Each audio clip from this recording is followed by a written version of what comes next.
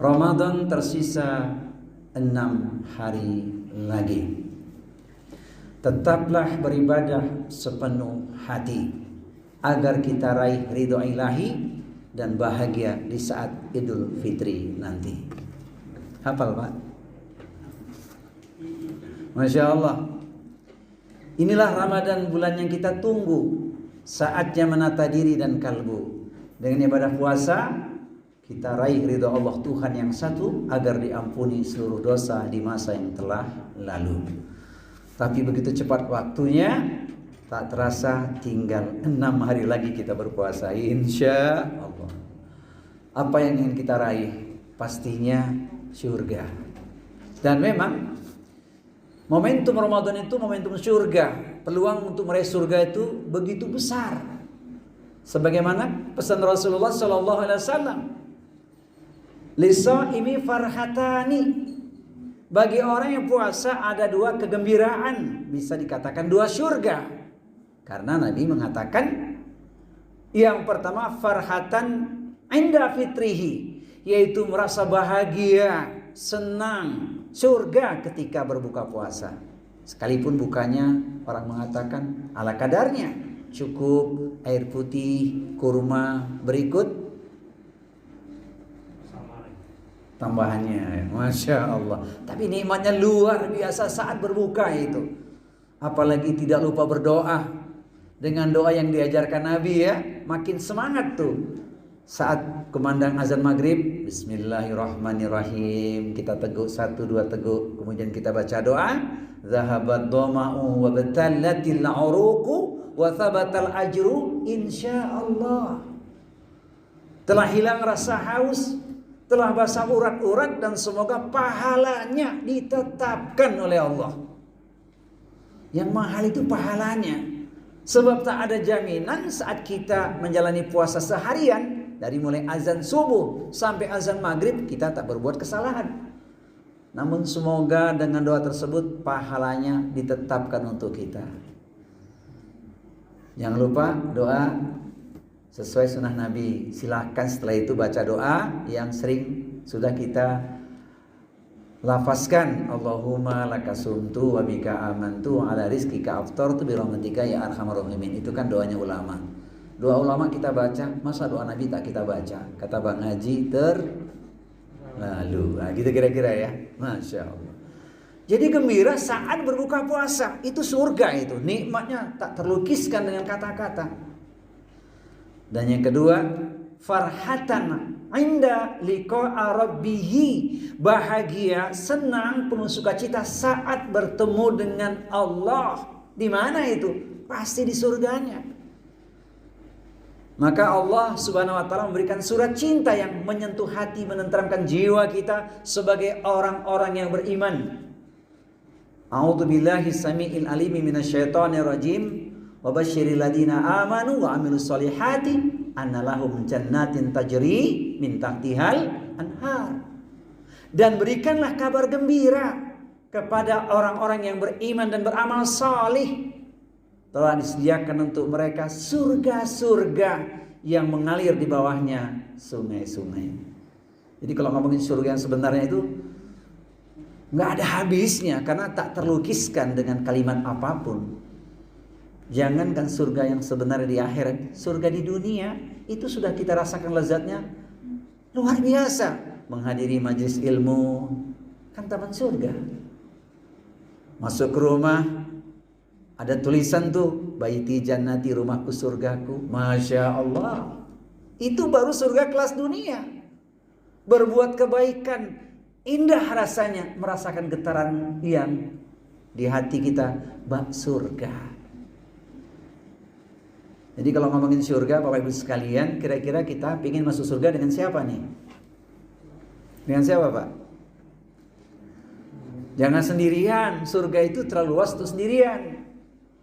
Maka Allah berfirman di Al-Quran pada surat Ar-Ra'd, surat yang ke-13 ayat di nomor 23-24. A'udzu billahi samiil alim minasyaitonir rajim.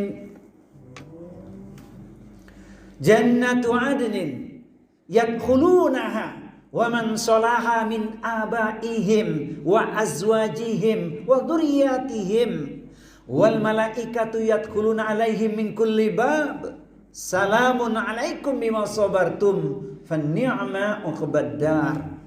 Surga Aden yang masuk ke dalamnya bersama dengan orang-orang yang soleh. Siapakah mereka? Kita berdoa memohon kepada Allah Subhanahu wa taala. Mereka adalah ayah ibu kita, orang tua kita. Amin.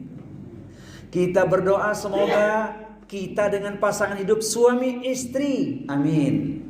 Kemudian anak keturunan kita. Masya Allah. Amin. Itu pesan Al-Quran yang disebutkan pada surat Ar-Ra'd surat 13 ayat 23-24. Saya mengingatkan diri sendiri dan juga jamaah sekalian perindu surga pecinta ilmu, sering-sering ayat ini direnungkan supaya adrenalin semangat ibadah itu meningkat. Kita ingin dapat surga yang sebenarnya. Itu kata Allah. Kalau kata saya begini, menatap awan ke angkasa sungguh tinggi tidak terkira. Rumah tangga bukan sekedar cinta, tapi ingin sehidup sesurga. Hafal Pak? Pengen hafal? Gampang. Klik Anwar Zuhri, subscribe channelnya. Ada kalimat lain gak kira-kira ya? Ada.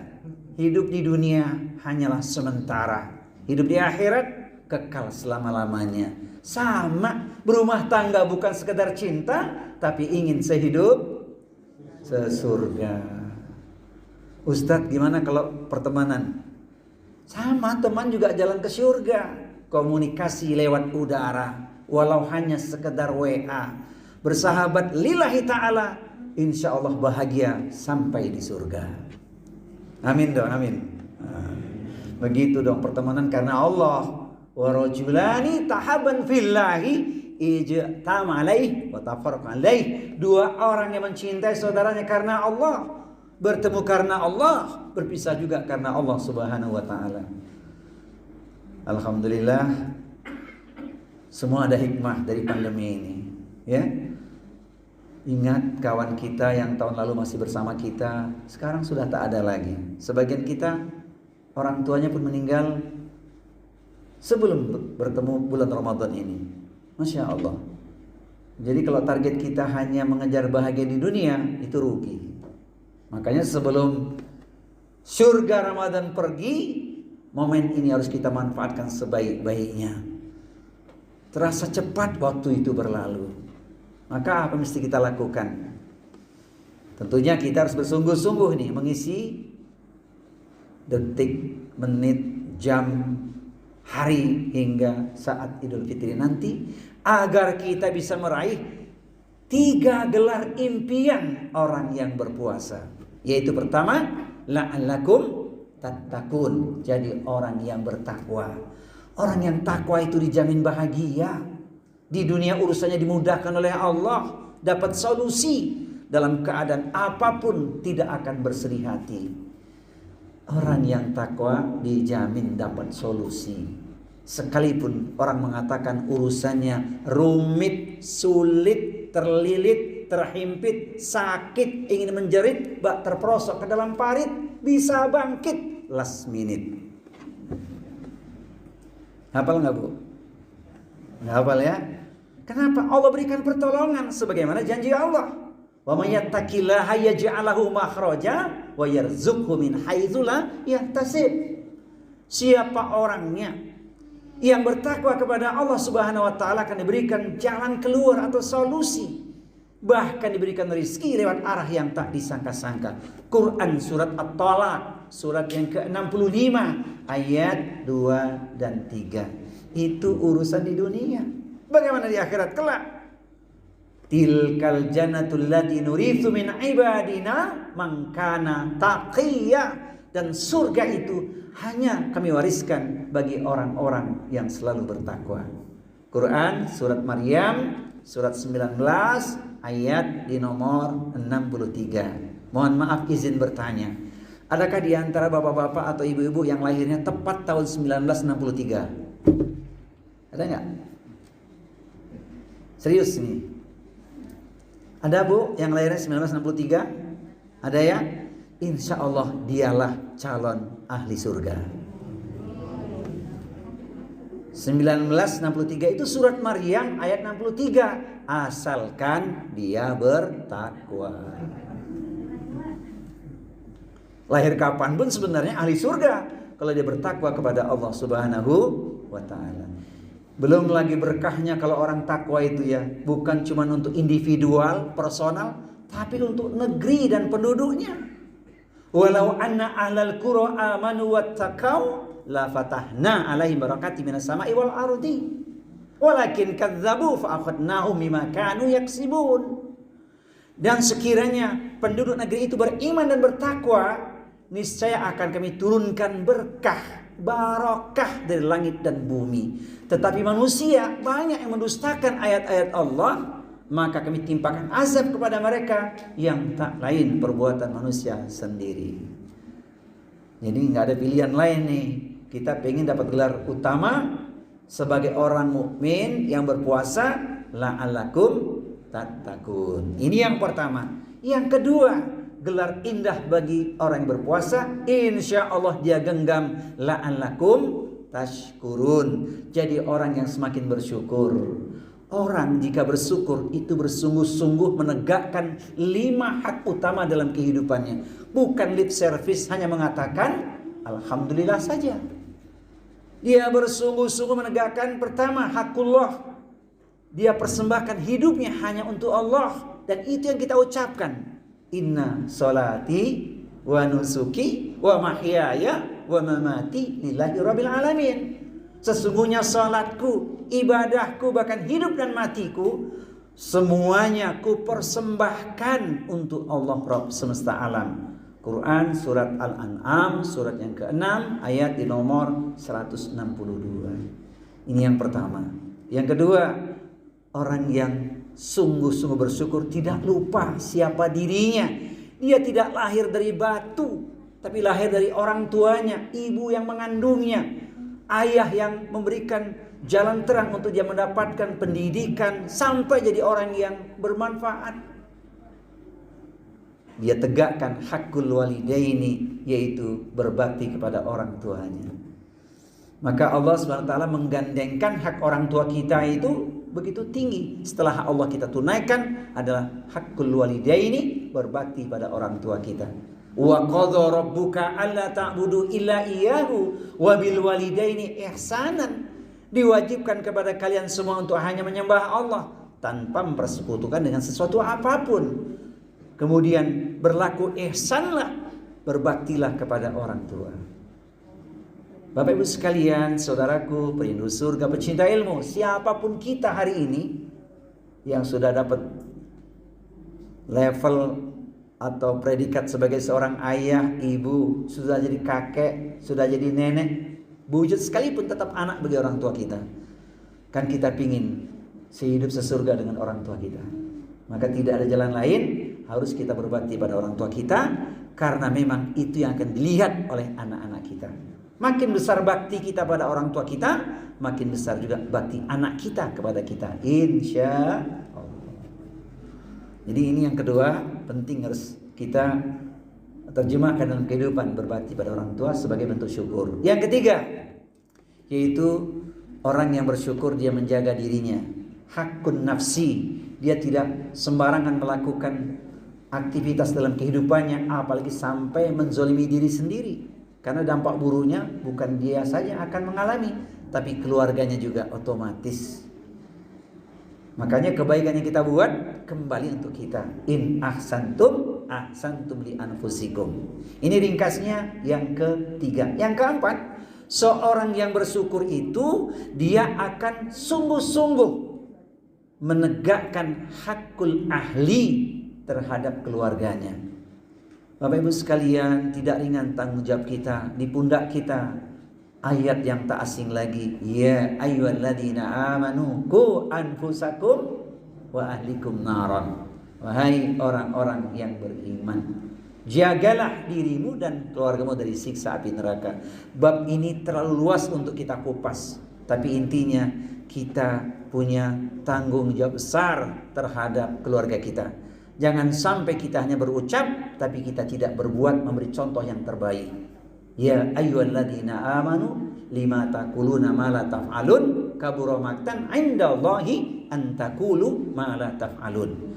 Wahai orang-orang yang beriman, mengapa engkau mengatakan tapi engkau tidak melakukan? Kebenaran kau katakan, kesalahan yang kau buat. Murka Allah sangat besar, engkau hanya berkata tapi engkau tidak melakukan. Quran surat As-Saff, surat yang ke-61 ayat 2 dan 3. Yang terakhir, seseorang yang bersyukur dia akan tegakkan hakul ijtimai terhadap lingkungan sosialnya. Bahkan ada satu hadis Nabi, kalau ini kita amalkan luar biasa. Nabi mengatakan dalam hadis Bukhari, hal tunsoruna wa turzakuna illa bidu'afaikum. Tahukah kalian bahwa kalian ditolong oleh Allah dan diberi rizki oleh Allah asbab karena adanya orang-orang yang lemah di seputar kalian.